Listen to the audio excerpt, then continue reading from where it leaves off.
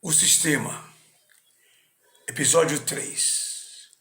O neo-absolutismo ou o absolutismo financeiro. O fundador do absolutismo financeiro foi Mayer Amschel Rothschild. Nasceu em 1744 e morreu em 1812.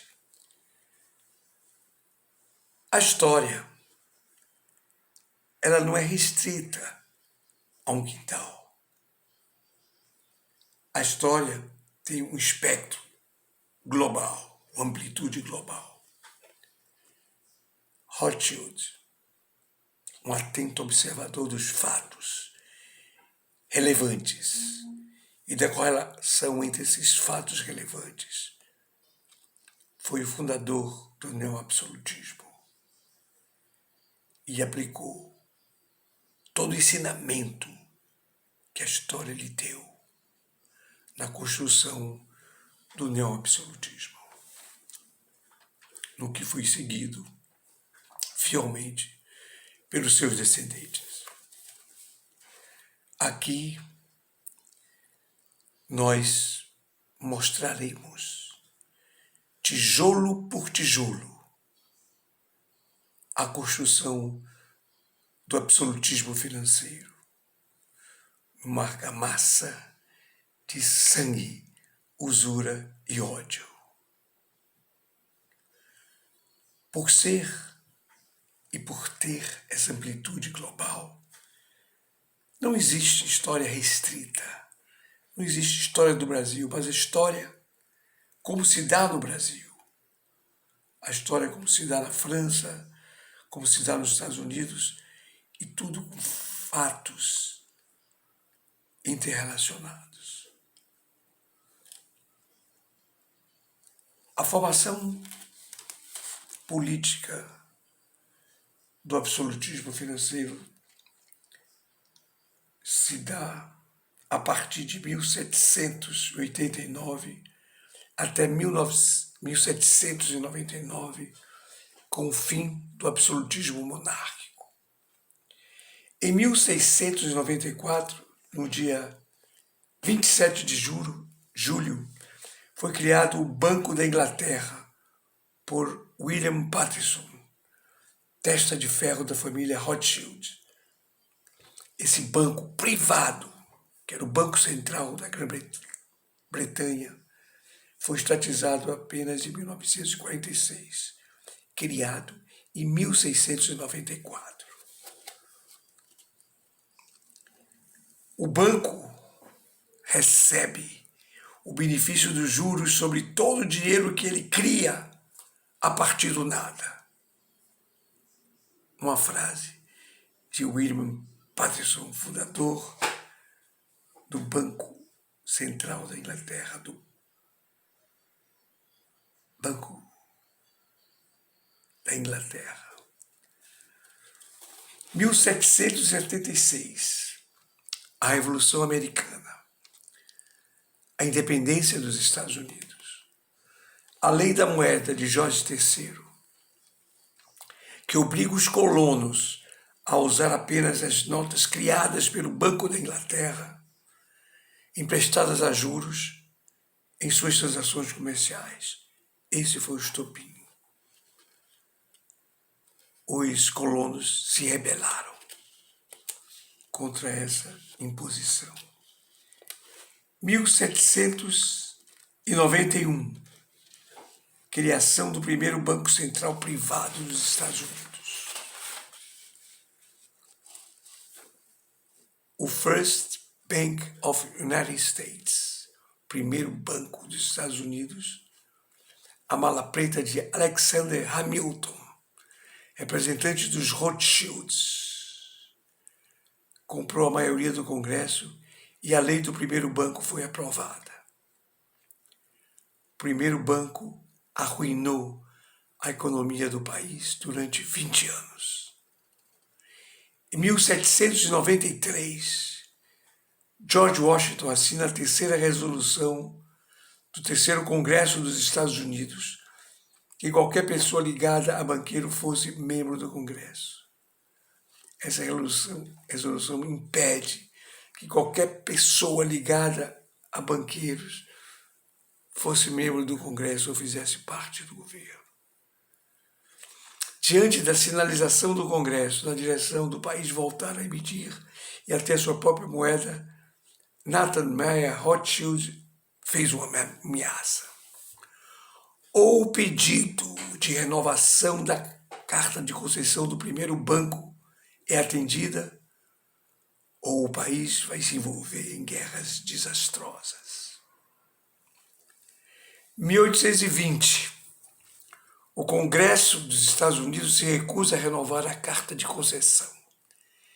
E Nathan Mayer Rothschild adverte: vamos ensinar uma dura lição a esses insolentes americanos. Vamos trazê-los de volta ao status de colônias. Mas para isso, era preciso que a Inglaterra comprasse essa ideia. O primeiro-ministro comprasse essa ideia. E o primeiro-ministro era Spencer Perceval. Spencer Perceval se opôs a essa guerra dos Rothschilds contra os Estados Unidos. Foi assassinado. Em seu lugar, colocaram Robert Baker Jacobson, favorável à guerra de reconquista das colônias americanas, escolhido primeiro-ministro britânico. Então, logo em 1812, a Grã-Bretanha declara guerra aos Estados Unidos, uma guerra que durou de 1812 a 1815. 1815, final da guerra. Mesmo tendo vencido a guerra de 1812, o Congresso dos Estados Unidos foi obrigado a conceder uma nova carta aos Rothschild. Então, em 1816, foi a fundação do segundo Banco dos Estados Unidos, Second Bank of the United States. E novamente a nação americana foi sufocada por dívidas, desempregos e pobreza. 1832, Andrew Jackson, o 7º presidente dos Estados Unidos, é eleito para o segundo mandato sob o lema Jackson e nenhum banco. Jackson cumpre a sua palavra, o seu compromisso de campanha, e bloqueia a renovação da carta do segundo banco. Ele se justificou dizendo: vocês me dizem que se eu tomar os depósitos do segundo banco e anular a vossa carta, eu prejudicarei 10.000 famílias. Isso pode ser verdade, senhores, mas o pecado é vosso.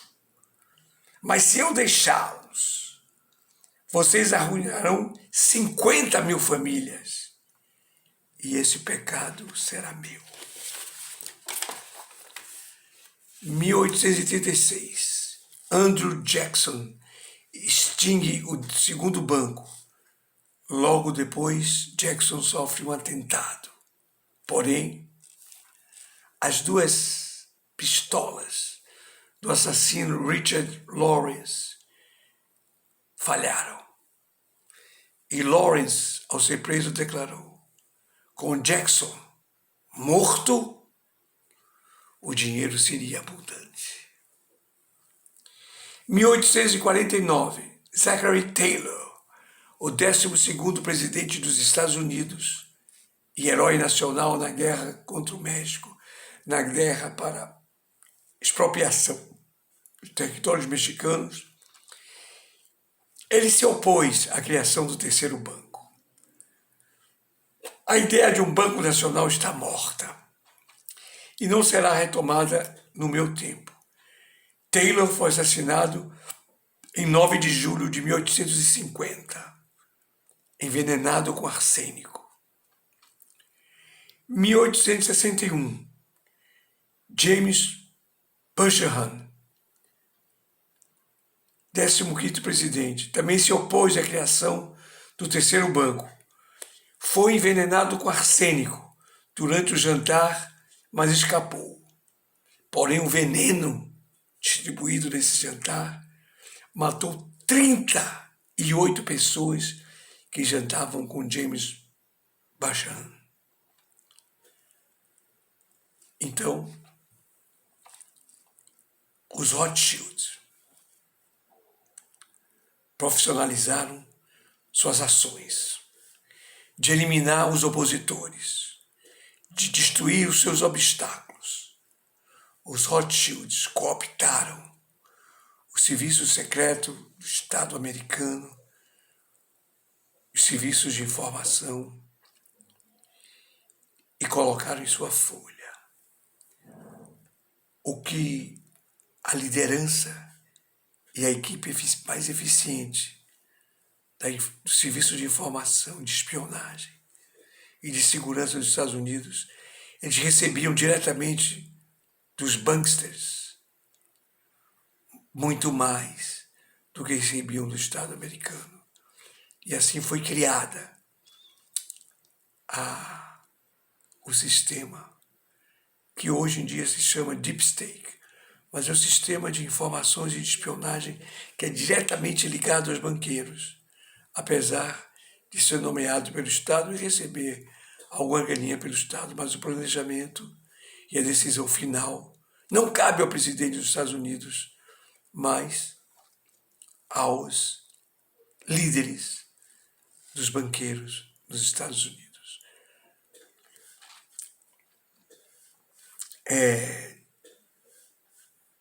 Como vimos, foi a última tentativa amadora de assassinato dos opositores na construção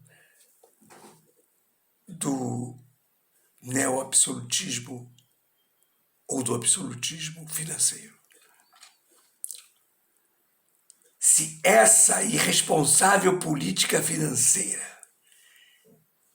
1861, vamos ler um trecho de um artigo do The London Times, respondendo à decisão de Abraham Lincoln de emitir greenbacks, títulos de tesouro sem juros, em vez de concordar com os empréstimos dos bancos privados a juros de 30% ao ano. Em editorial, o The London Times disse o seguinte: se essa irresponsável política financeira, que tem sua origem na América do Norte, perdurar a ponto de tornar-se lei, o governo gerará seu próprio dinheiro sem custo. O governo pagará seus débitos e ficará sem dívidas. O governo terá todo o dinheiro necessário para manter o seu comércio.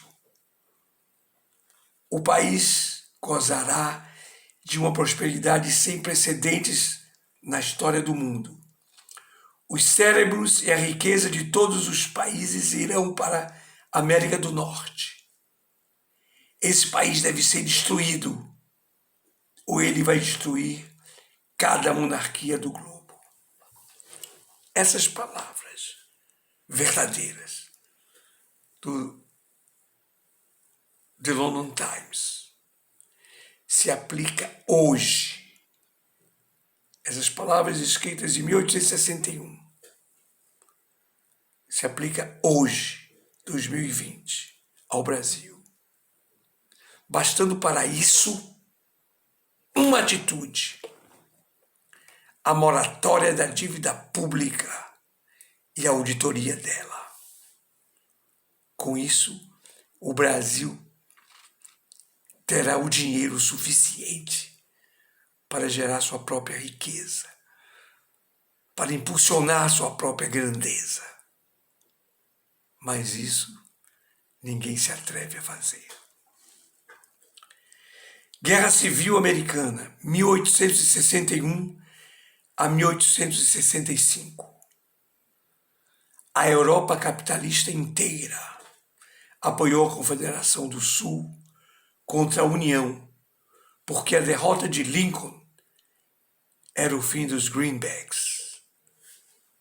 A França e a Grã-Bretanha prepararam um ataque surpresa aos Estados Unidos para ajudar a Confederação do Sul, mas foram mantidos à distância pela esquadra russa, que tinha acabado de exterminar o sistema de servidão bancário e criado o seu banco central estatal.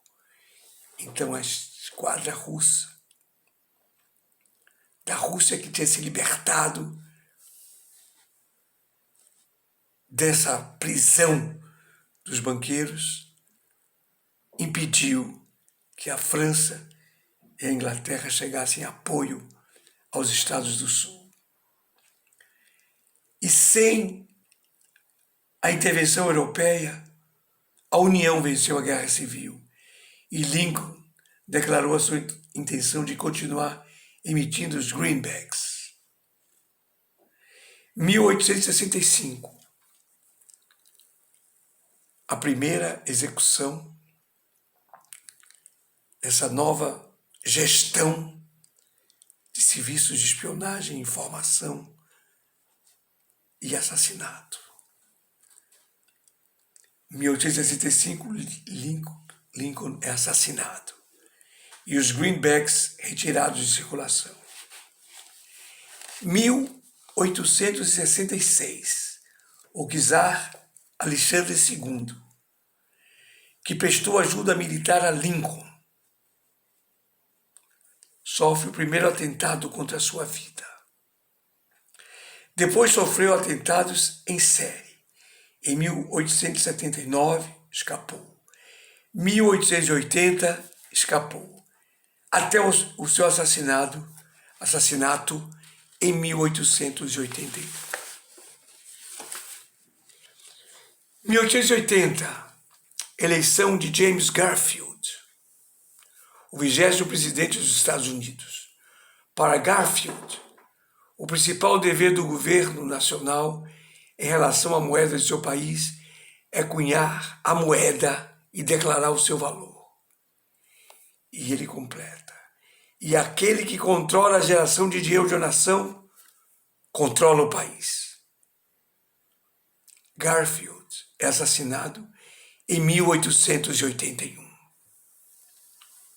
1897, William McKinley é eleito o 25º presidente dos Estados Unidos, em meio a um acirrado debate entre os defensores da moeda controlada pelo governo, lastreada em ouro, e os defensores das notas bancárias dos bancos privados, papel, emprestados a juros. McKinley optou pela moeda lastreada em ouro, com orçamento público equilibrado, libertando o governo e o povo da acumulação de dívida. 1901, William McKinley é assassinado e substituído no cargo por Theodore Roosevelt, o 26º presidente dos Estados Unidos. O Federal Reserve, o terceiro banco. 1913, os banqueiros centrais da Europa, liderados pelos Rothschilds da Inglaterra e os Warburgs da Alemanha, reúnem-se com seus agentes nos Estados Unidos, em Jekyll Island, na Geórgia, para formar um novo cartel bancário e assumir o controle completo da moeda dos Estados Unidos. Devido ao desgaste do primeiro e do segundo bancos, o terceiro banco foi chamado de Federal Reserve, para dar assim, um aspecto de se tratar não de um banco privado, mas de um banco estatal americano. Um banco a que os americanos, mal informados, deveriam prestar obediência e reverências, como se fosse um banco central estatal. Esse nome foi feito para confundir pessoas mal informadas. 1913 a 1914. A grande negociada. Então, estava tudo mais ou menos planejado para a criação do Federal Reserve, mas havia resistência. A maioria do Congresso era contra. E a maioria do Congresso estava desfrutando as festas de Natal e Ano Novo, quando uma manobra da minoria aprovou a lei de criação do FED, aproveitando a ausência da maioria do plenário. E criaram o FED. Fizeram a lei. E essa lei foi rapidamente sancionada por Woodrow Wilson, como ele havia prometido aos banqueiros, em troca de generosas contribuições em dinheiro para a sua campanha. Em 1919, Woodrow Wilson, o 28º presidente dos Estados Unidos, declarou o seguinte: sou a mais infeliz das criaturas. Assinei a ruína do meu país. A nossa grande nação industrial é agora controlada pelo seu sistema de crédito. Não somos mais um governo de livre opinião. Não somos mais um governo por convicção e voto da maioria, mas um governo pela opinião e coação de um pequeno grupo da elite dominante. Pois é. Esse foi o choro de desabafo de Woodrow Wilson, 28º presidente dos Estados Unidos, em 1919. 1914,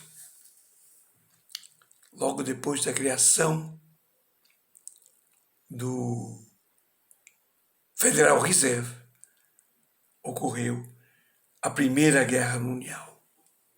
A Primeira Guerra Mundial. Um ano depois da criação do Federal Reserve, ou FED, como ele é conhecido. Antes do FED, não havia acontecido uma só guerra mundial na história do nosso planeta. Inicialmente, a guerra era entre Áustria e Hungria contra a Sérvia, mas rapidamente o foco de guerra foi mudado para a Alemanha, cuja capacidade industrial era vista como uma ameaça à Grã-Bretanha. Uma ameaça à Grã-Bretanha. Por quê? Como é que estava a Inglaterra? A Inglaterra, por ter dado demasiada ênfase à atividade financeira, em detrimento da agricultura, do desenvolvimento industrial e da infraestrutura, a moeda inglesa, a libra esterlina, sofreu forte queda. E os banqueiros continuaram espoliando a Alemanha derrotada. Uma inflação, uma crise desastrosa. Conta-se que para pagar um boleto, uma continha qualquer, um operário alemão tinha que andar pela rua com dinheiro dentro de um carrinho de mão. Um desastre total. E as aves de rapina, os banqueiros, continuavam sugando as gotas de sangue que ainda sobravam na Alemanha derrotada na Primeira Guerra. 1933, fim da República de Weimar e ascensão do Partido Nacional Socialista ao poder. O que fez o Partido Nacional Socialista? O primeiro movimento financeiro do Partido Nacional Socialista Alemão foi emitir a sua própria moeda pelo Estado e não mais emprestada de banqueiros centrais privados. Bastou essa medida alemã de deixar de pagar juros sobre o dinheiro em circulação, que a Alemanha rapidamente começou a reconstruir a sua indústria. A mídia chamou esse formidável crescimento econômico de milagre alemão. A revista Time considerou Hitler uma celebridade pela melhora surpreendente na vida do povo alemão e pelo explosivo crescimento econômico da indústria alemã, e elegeu Hitler o homem do ano da revista em 1938. Aí surge nessa construção do absolutismo financeiro o general Smedley Butler. Em 1933, os banqueiros e financistas de Wall Street decidiram que uma ditadura fascista nos Estados Unidos, como na Itália, seria melhor para os interesses comerciais do que o New Deal de Roosevelt.